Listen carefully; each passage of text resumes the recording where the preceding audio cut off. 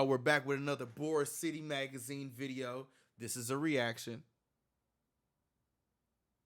This is BTS versus radio. I don't listen to the radio at all, so this is going to be news to me. So, let's go. Let's do it. Have you ever wanted to watch more videos than the thousands of ones that are already on my channel? Hell yeah. How I do that? Huh? Tell me. You know, like the ones that I can't show on YouTube? I got you. I have a Patreon with 3 tiers. This is what you will get per tier. Those of you like to read it. Honestly, I love it. We be going crazy on the Patreon, but I'm gonna let you be the judge of that. So y'all go ahead and check out the Patreon and let me know what you think. Thank you all for watching. Thank you all for supporting, and thank you for everything. Now, let's get back to the video. Shout out to Boris City, the queen. In 2017, BTS realized that they were not only the biggest artists in South Korea, but they also had a chance to be recognized in the Western music industry. That year, they were nominated to their first big American award. All right. We're not doing this shitty quality. Jeez, man. God damn. The Billboard Music Awards. They attended the ceremony and got their first Top Social Artist Award. So what was next? The biggest artists in the United States have at least one of these 3 things under their belts: streams, sales, and radio play. These 3 things are the only criteria to get a #1 single in music charts, including the Billboard charts, the biggest one in the music industry. This is why BTS went to many radio stations, had a lot of interviews, and gifted their latest album You Never Walk Alone to radio DJs. Armies got the message. Radio is important. So we requested BTS songs on every radio station we could. And if we saw that BTS was going to be interviewed on one, we sent them flowers, chocolates, and letters, thanking them for giving this opportunity to BTS. Your army sent us flowers to thank us for having you on. And that has never happened before with any other artist. That's fucking However, fire, as bro. time passed, the radio spins never came. What? And the albums BTS gifted to radio stations were found unopened in garage sales. Hey, bro. So, Hey, that's fucking foul. That's foul. Wait, hold on. No. Nah, that's crazy, bro. That's some fake shit. At least open the goddamn what's it called? Like, come on, bro. At least, bro. This video might make me mad. Okay. why were radios massively tweeting about BTS and inviting them to their shows if they never intended to play their songs, even when they became the most requested artist on radio? That's Believe it or fucked. not, many radio DJs dislike BTS because they cannot profit from their success like they can from other musical acts. The only thing they can do is increase their radio's social media engagement. I want to see your techniques, okay, for taking a selfie. Can we put all these on our website and let people, maybe they can vote for who's got the best technique? And radio is able to directly profit from playing certain songs because of an illegal practice called payola. Payola. Uh-oh. Payola, also known as the illegal version of pay-for-play, happens when an artist's record label pays radio to play their songs over and over again without disclosing the fact that the radio spins were paid. That's actually hilarious because we all know that, like, pay for play is a thing. Like what? This way, these radio spins can count towards music charts like the Billboard Hot 100. It is basically bribing radio stations to play a song. This practice is illegal and it was banned from radio stations. However, in 2020, Rolling Stones magazine exposed more than 2,500 text messages involving Steve Sapp, a radio promoter with a number of radio stations. You said in Mexico, the radio stations make battles of K-pop songs? Oh, what the hell? Messages reveal conversations between Sapp and multiple major label executives, where they arranged multiple payola agreements. Damn. This led to an investigation targeting the Recording Industry Association of America, record labels, and streaming services, as well as a lawsuit that later revealed that Sapp received more than 130 payments totaling over $300,000. And this is only one case of one independent radio promoter, which involved only 3 radio stations in the adult contemporary format: the Bay Area's KREV, Palm Springs KRCK, and Las Vegas KFRH. Agreements with major labels are believed to be multi-million-dollar settlements, just like it was shown in a 2004 investigation. Oh, And I just jeez. want to clarify that the artists themselves allegedly did not have anything to do with these agreements. The text messages show no evidence that any artists were communicating with SAP, only their labels. That makes sense. That makes sense. Not the artist though. So who does payola? Panic at the Disco's radio promoter sent an urgent text to SAP when the group's spins decreased, shout out to you, saying, Vicky. I just did a 2,000 deal Thank with you. I need Panic back up. Make sure you get some sleep after texted this, a though. station employee. Straight Any to way sleep, move 5 please. seconds of summer to superpower till Saturday, I will get a great promo for you. Another text says, can we do Flora Cash and Khaled? Promise them 35 spins each. We'll cover that cash giveaway. When That seems so simple. Just so simple.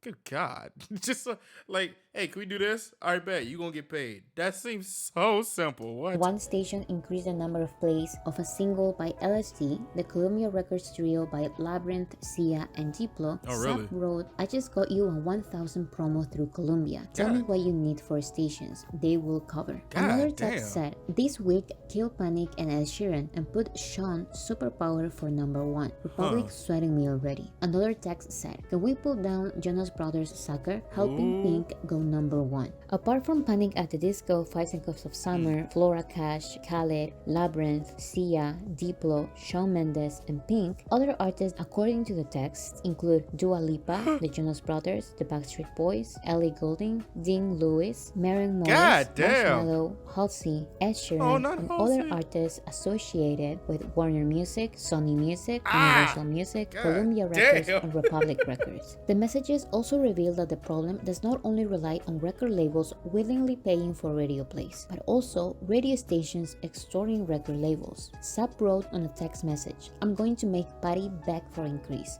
Yeah, like you said, all of this ruins the fun of listening to music, enjoying them as they are, not because they get overfed. Yeah, like it's so fun finding new artists, which is one of the reasons why I don't like the radio. But like, you know, well, playlisting on Spotify kind of is technically kind of like the radio-ish.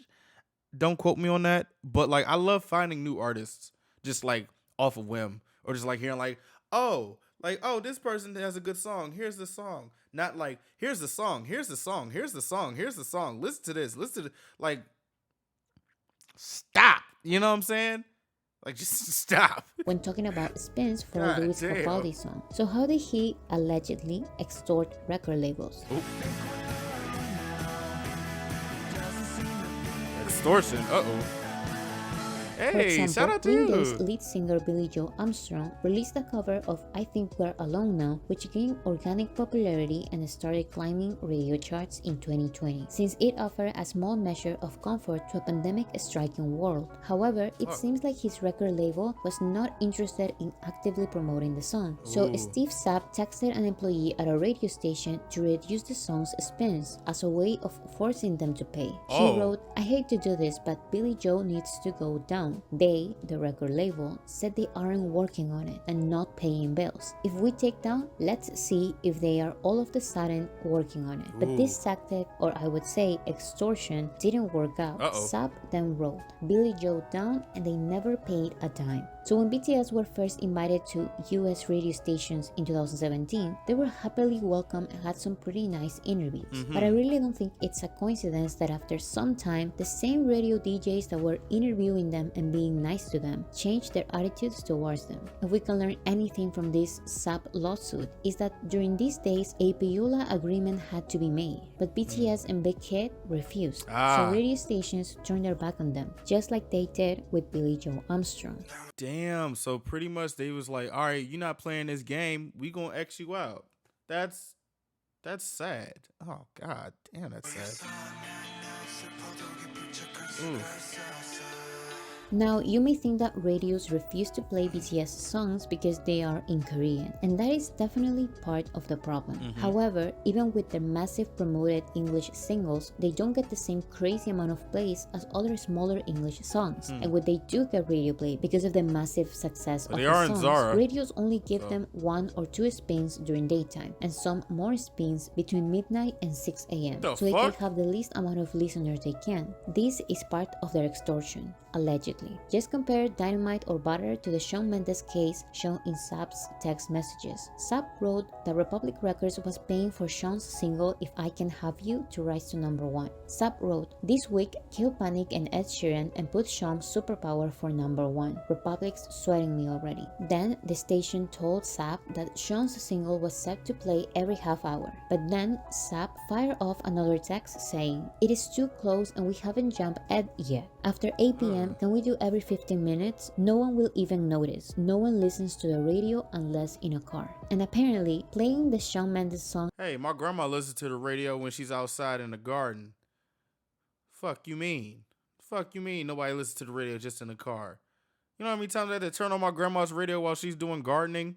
Fuck out of here. every 15 minutes worked, because that week Mendes leapfrogged Sheeran hell? on the media-based chart and hit number 1. Oh, jeez.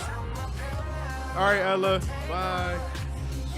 Yeah, what you mean no one listens? A lot of people Sapp listen to the did radio say too. one right thing. No one listens to the radio I mean, unless in a car. And this is only when people don't have the chance to connect their streaming service to the car. Radio is dying. So why do music charts consider radio spins as important as sales and streams? The songs on radio are not the songs that the general public likes. They are the songs that the general public is forced to like. Damn. Oh. It is impossible for a song to be an organic radio hit when it's played every 15 minutes. The Billboard Hot 100 and the other music charts should stop treating radio numbers as a metric for a song's success. You know what I kind of think? I think nowadays it's going to be like TikTok is going to be the new radio. Because imagine how many songs have gotten famous off of TikTok, like, and actually a lot of labels be wanting they artists to go on TikTok, and some of the artists be like, "Bro, I don't want to do this," but he like, "Nigga, you have to do this." You know? But of course, they won't stop. The music industry is an extremely corrupt system, and they don't care if BTS has more fans actually buying and streaming their music. If they don't pay for radio, their number ones will be taken away. They don't care that BTS is the artist that sells the most records in the world. The music industry has brainwashed music fans into thinking that the general public's approval is better than a loyal fan base, because You said because chart streaming services and radios hold their hands and walk on the same road. Yeah, the shameless and disgusting one fueled by money and power. Yeah, that's a terrible reality that we're all living in. But god damn, bro, they can at least like try and hide it a little bit. You know what I'm saying? Like, you don't have to like tell us y'all doing this nasty shit.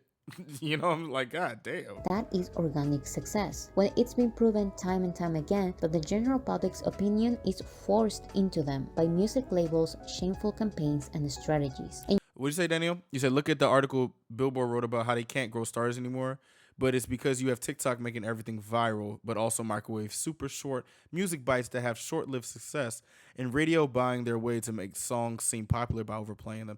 Yeah, it's like I feel like we're just at a point where the music industry is just like can't really be revived, you know, because it's like something is already grandfathered in, and now you got this new thing, and it's just like coincides with this grandfathered in shit, and it's just all. Oh, it's. You said they don't because no one's gonna be on their asses. Yeah, It's like a what are you gonna do about it type thing. It's sad, but your favorite artist, no matter who it is or will be hurt by this, because the general public only listens to what they're supposed to listen to, and then they move on and forget. Yeah. Artists do care about views, likes, plays, and streams, because it means that people are listening to their music and watching them perform. Those who say their favorite artists don't care about views or charts are just deluding themselves. that is also true because like you gotta actually like care about your like engagement. Because if not, if you don't have much engagement, your label might shelf you. And then you're fucked. Like, you kind of have to care about this numbers shit. Like, It's sad. It's sad. Artists want what BTS has, whether they admit it or not. The BTS, they're massive. Johnny I want Goose. that social following. Me and Shawn Mendes are like, how do we get this type of fan base? Be yourself, probably. 'Cause we don't need permission to dance. BTS and their label Baekhyun flashback. always shared a message of honesty through music, and they refuse to give up these values for a number Exactly. one, even though this is You gotta something play. that every artist wants, including BTS themselves. What's kind of something else that you'd like to accomplish this year? Billboard Hot 10. When BTS were rejected by radio in 2017, ARMYs assumed that it was because their songs are in Korean and nothing else. And I don't personally know BTS, but maybe they thought this too. However, when they released Dynamite in 2020, something happened. BTS had a lot of interviews for radio stations again. They even had a bus where radio DJs could listen to Dynamite before the release date. They repeated this promotion for the release of Butter. BTS is sending tour buses around the country to different radio stations with Butter on it. They're playing it. We're getting a chance to hear it before anybody else. ARMY's kinda cool. hopes were up because these are songs in English, and this type of promotion worked to a certain extent. Compared to their Korean songs, BTS were gaining significant radio play for the first time. But even in the best case scenario, the radio spins were not nearly as massive as other artists who had songs way less popular than Dynamite or Butter. Maybe it's because they didn't do what they were expected to do, which is pay their way to number one. And Welcome even back. before the release of their English singles, BTS expressed that they hate these chart manipulation tactics, and that even though they had multiple wrongful opportunities to jump to number one, they refused to do so. 부정적인 방법도 좋지만 조금 더 정직한 방법으로 좋은 음악을 만드는 게 어떨까요? Jimin, oh my 모두 다 God. 좋은 What 음악을 is he 하고 looking at? 좋은 음악을 듣는 그런 시대가 왔으면 좋겠습니다. Yeah. It's a pretty common thing for BTS We're watching and Boris other City. artists to invite radio DJs to their concerts and gift them their albums so they can get to know them as artists. Because radio DJs are supposed to be interested in music. Radio DJs were first supposed to share the songs they liked on their radio shows because they were supposed to be music lovers. They were even considered music experts, but they aren't. They do zero research before interviewing them. They ask them the same repetitive questions. And when ARMYs talk about their music, they cut them to ask who their favorite member is. I kind of think like I would hope that like people who want to be like radio people. This is BTS versus radio, but I hope that people who want to be like radio people actually care about music at first, and then they'll just get to a point where it's like, all right, we got to keep the bills going. We're gonna have to play this nasty game. Like I just feel like I don't know what point it will come to where that happens, but I feel like that always happens to like every DJ, and it's like if you don't play, then you're just gonna die out.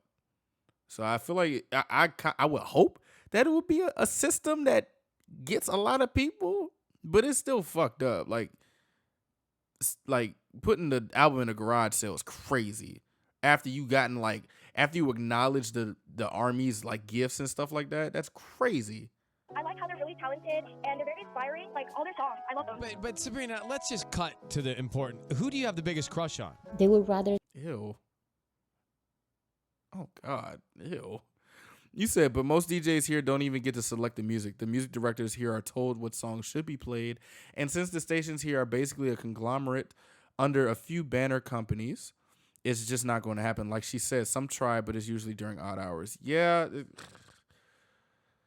Yeah, I see what you mean. tweet nonsense about BTS's looks, hair, or outfits to gain some likes. They even make fun of ARMYs, implying we are obsessive by doing things like this. Me running to stay at BTS Airbnb so I can smell B's pillow. Or What? this other guy called Psych What the fuck? Ew, cuz. What the fuck? You said be happy he didn't.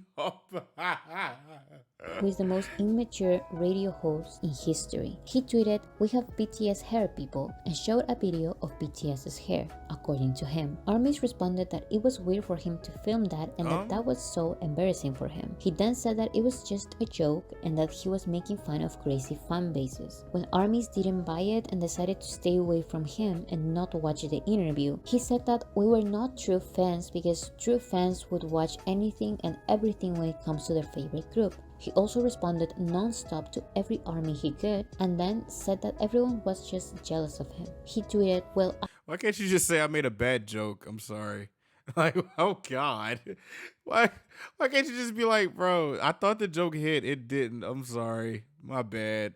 I spoke the truth. I met them. Some of you didn't. Is that not true? You don't think die-hard fans are jealous of people that meet BTS? Another tweet said, it must kill you to know that you'll never meet BTS and I've met them twice in less than a year. Also, be careful with talking about snapping necks. Violent threats are not typically acceptable on social media. Of course, making himself the victim. When the interview was released, the guys didn't seem very comfortable with him. Even when the interview was before any of this happened. These fans, you guys know, they're pretty insane.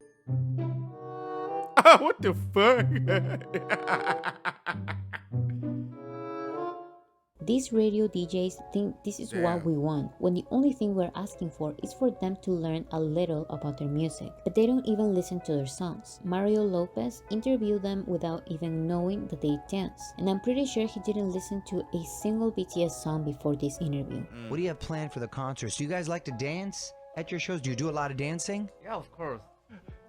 So yes, dancing in the shows. What else could we look forward to? And despite being invited, radio DJs don't go to their concerts because they simply don't care. You guys ever been to a BTS show? And it didn't matter how big they got. At this I like how Benny Blanco will just like call niggas out. point, the fact that none of them have gone to their concerts, at least out of curiosity, shows their bitterness. They don't get any benefits from their success, so they don't want BTS to succeed. The radio DJ Big Ray, one of the only ones who openly supports BTS, revealed that radio DJs would talk bad about BTS on a private Facebook group. He tweeted, "There's a Facebook group for radio people, and today they were basically shading BTS pretty hard. Mind you, I've been a pretty active supporter of BTS for a while, but I never thought I would get that upset over a Facebook post." These radio DJs who talk bad about BTS in private are the same ones who have the audacity to tell armies, well, maybe you should be nice to DJs, ignoring all the thank you gifts and nice messages we send them. These guys from Syria. Why the fuck would I be nice to you? You don't even open the album. Like, and you would sell it at a garage? Like, god damn, bro. XM even pretended they were the ones who bought these cupcakes for BTS, when it was armies who bought them for them to play their music. We have a little something to give to you guys in celebration. We brought you cupcakes. Cupcakes! Hey, if I ever do some lame shit like that, can y'all please let me know? Like, nah, so this is crazy. We bought you cupcakes. Did y'all make these? No. Like, bro, the what? cupcakes even have the logo of the fanbase who sent them, which is slightly different from the official ARMY logo. And even worse, a DJ called Dave from 103.3 AMP radio from Boston said that armies were trying to poison him with the cupcakes they sent to the station as a thank you gift. He then said that it was just a joke because he always says that armies are annoying, and then he manifested that BTS will break up because he believes in manifestation. Oh my god. So don't say armies should try being nicer to radio DJs. What the fuck? We've been nice enough. Radios need to stop pretending that what gets played on the radio is ever dictated by a fandom's relationship with a radio DJ. They don't care about the most requested song or artist. They care about money. In conclusion, I don't think we should blame BTS or Big Hit, a Korean company, for not bribing radio DJs. They are not the problem. Radio is. This person tweeted, "Payola is illegal. Do you really want our guys or their company to do that? You do realize that they would take the money but then give another white or at least American artist more spins so they can't top the charts? The music industry is one of the most corrupt systems marred with systemic racism and xenophobia. There is no winning this other than what we're doing for years, showing them that we will succeed anyways." In 2017, BTS and armies were so excited and full of hope, without realizing how dirty the Western music industry is. 이거라는 곳을 넘기가 굉장히 어려우니까 팬분들이 DJ들한테 꽃다발도 보내고 여기 현지 에이전시사에서도 되게 노력 많이 하고 그런 일들. We learned by experience, and it looks like now BTS lost respect for the industry they admire at As they some point. should. Fuck this industry. It's really huge for us. We've been listening to Billboard like since we were like 8. They are literally the biggest artists in the world right now, but they have experienced disappointment after disappointment. They didn't even promote their new singles in America like they used to. Left and Right, Bad Decisions, Jack in the Box, and Yet to Come only have some calm interviews intended for only armies to watch. They have more personal content and projects. Basically the same as before, but without the awkward interviews with people from the media. This is why BTS can only rely on armies, and that is a good thing. Other artists may be in the constant fear of being forgotten by the general public, unless they pay, of course. So don't let others make you believe that BTS's number ones were inorganic, because they are the only ones with an actual fan base actively purchasing their music and not paying for radio spins every 15 minutes. Brian Rowley wrote a very good article for Forbes titled "BTS didn't cheat their way to number one on the Hot 100. They just beat other artists at their own game." So don't let others guilt you for buying BTS's music. Don't listen to what others say. Stream, stream, stream. Watch their music videos and performances on official YouTube channels. Buy their songs and albums. It doesn't matter if they are old or new. OG7 group projects, projects with only some members, or solo projects. BTS will remain on top, whether the music industry likes it or not. Moral of the story. Moral of said story. The radio is dirty. The Western music industry is dirty as well. But somehow, some way, and as proven, BTS will rise to the top. Like, come on, bro. Now that's actually fun. That made me mad. That actually made me mad though. The like that thing. That's. We have some things for you guys. We got y'all cupcakes. We made cupcakes. Like the thing is on the goddamn what.